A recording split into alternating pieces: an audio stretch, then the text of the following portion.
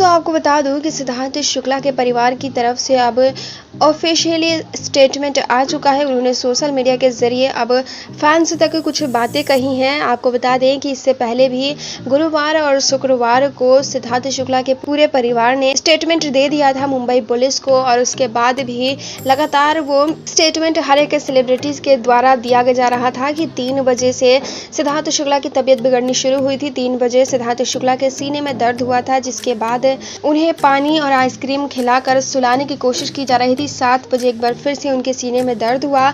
जब 10:30 बजे करीब उन्हें हॉस्पिटल लेकर जाया गया तो पता चला कि सिद्धार्थ शुक्ला रास्ते में ही नहीं रहे।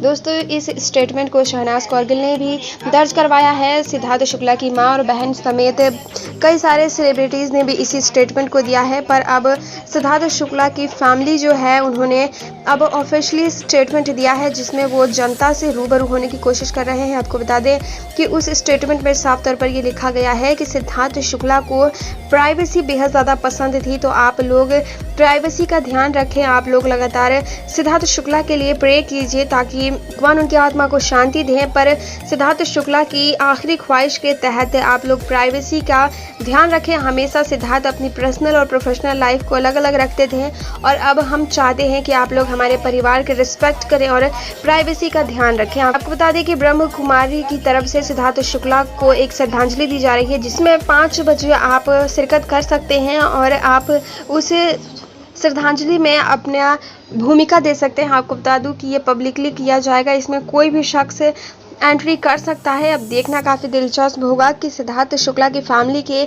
इस स्टेटमेंट के बाद क्या कुछ फैंस अपना रिएक्शन दिखाते हैं। बिग बॉस सीजन 13 के घर के अंदर हमने देखा कि किस तरीके से माहिरा शर्मा और शहनाज कौरगिल के बीच 36 का आंकड़ा था, पर अब वही माहिरा शर्मा शहनाज कौरगिल को सपोर्ट करती हुई नजर आ रही हैं। वैसे तो आपको बता दूं कि बिग बॉस सीजन 13 का हर एक कंटेस्टेंट सिद्धार्थ के इस दुनिया से अचानक से चले जाने पर बेहद ज़्यादा गमगीन है। आपको बता दें कि किसी को भी ये यकीन नहीं हो रहा है कि सिद्धार्थ शुक्ला अब हमारे बीच नहीं रहे।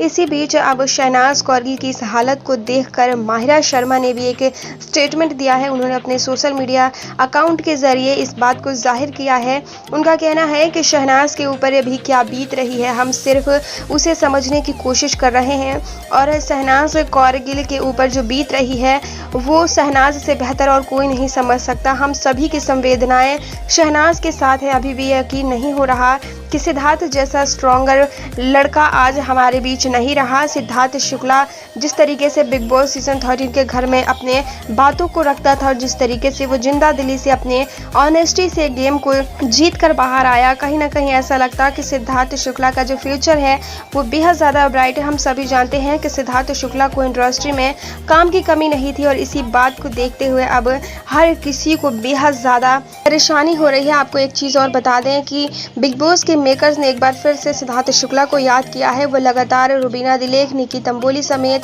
कई सारे एक्स कंटेस्टेंट को बिग बॉस के घर में बुला रहे हैं ताकि टीआरपी आए, पर कहीं ना कहीं बिग बॉस के मेकर्स का कहना है कि जो टीआरपी हमें सिद्धार्थ और शहनाज ने दिया, आज तक किसी भी सेलिब्रिटी की बस की नहीं हुई इतनी टीआरपी देना। आप इस बात से कितने सहमत हैं, कमेंट सेक्शन में हमारे साथ शेयर ज़रूर कीजिएगा।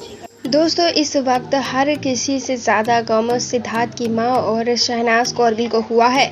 इस बात में कोई शक नहीं है कि अब इन दोनों की ज़िंदगी अधूरी हो चुकी है। सिद्धार्थ शुक्ला के इर्द गिर्द ही इन दोनों की ज़िंदगी चल रही थी। जब से शहनाज सिद्धार्थ से मिली थी वो हमेशा ही खुलेआम इस बात को कहती थी कि वो सिद्धार्थ शुक्ला से बहुत प्यार करती है। अक्सर ये देखा जाता है कि जब कोई एक्ट्रेस अपने प्यार का इजहार करती है तो उसे इंडस्ट्री में काम मिलना बंद हो जाता है, और इस बात का खुलासा खुद सिद्धार्थ डे ने शहनाज कौरगिल के सामने किया था। बावजूद इसके शहनाज का कहना है कि वो कभी भी सिद्धार्थ को लेकर इस तरीके की सोच नहीं रखती। इंडस्ट्री वाले अगर काम नहीं देते तो ना दें, मेरी ज़िंदगी सिद्धार्थ के साथ ही गुजरेगी, चाहे इसके लिए कोई बुरा माने या भला। जी हाँ, इसी वीडियो क्लिप को सिद्धार्थ शुक्ला के लिए शहनाज कौरगिल के पिता ने वायरल की है। संतोष सिंह का कहना है कि शहनाज कौरगिल की इस हालत के जिम्मेदार हम हैं। शहनाज ने कई बार कहा कि हमारी शादी करवा दो, पर ना सिद्धार्थ राजी होता और ना ही हम।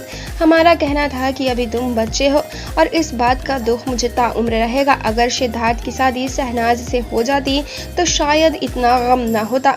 दोस्तों आपको बता दें कि सिद्धार्थ शुक्ला के ससुर यानी कि शहनाज कौरगिल के पिता के मुताबिक सिद्धार्थ और शहनाज की इंगेजमेंट हो चुकी थी। जी हाँ दोस्तों, पिछले दिसंबर में सिद्धार्थ और शहनाज ने इंगेजमेंट कर ली थी और इस बात का खुलासा खुद सिद्धार्थ शुक्ला के ससुर यानी कि शहनाज कौरगिल के पिता ने किया है। दोस्तों इस बात की खुशी है कि शहनाज अब एक होने वाले थे और इस बात का बेहद ज्यादा दुख है कि ये एक नहीं हो पाए। हमारे इतिहास में ये साफ तौर पर लिखा गया है कि सच्चा प्यार हमेशा अधूरा रह जाता है। शायद उसी की मिसाल आज शहनाज बन चुके हैं।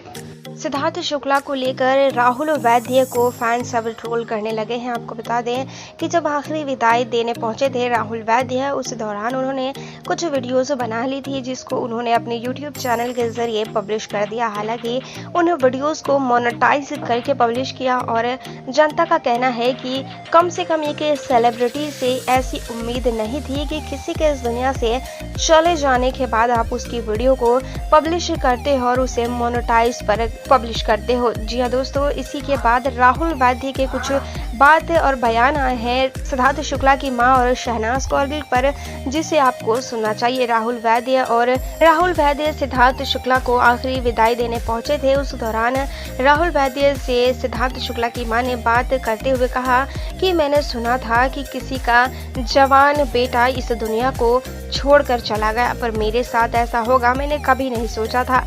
मैं यही चाहती हूँ कि आप सब मिलकर सिद्धार्थ शुक्ला के लिए श्रद्धांजलि अर्पित करें और वो भी दिल से। राहुल वैद्य का कहना है कि सिद्धार्थ शुक्ला की मां की तरह मैंने आज तक किसी भी मां को नहीं देखा है। जिस तरीके से वो स्ट्रांग हैं और वो जो लोग भी आ रहे हैं उनसे बातचीत कर रहे हैं और उनके चेहरे से ये लग ही नहीं रहा कि उन्होंने एक जवान बेटा खोया है। हालांकि वो अंदर से पूरी तरीके से टूट चुकी हैं, पर वो बाहर किसी को ये चीजें दिखा नहीं रही। आपको बता दें कि शहनाज कौरगिल और साथ ही उनके पूरे परिवार को संवेदना देते हुए राहुल वैद्य ने कहा कि कभी भी अगर इन्हें किसी चीज की जरूरत पड़े मैं हमेशा इनके साथ खड़ा रहूंगा। आखिर में आपको बता दें कि राहुल वैद्य ने अपना आइडियल सिद्धार्थ शुक्ला को बताया है।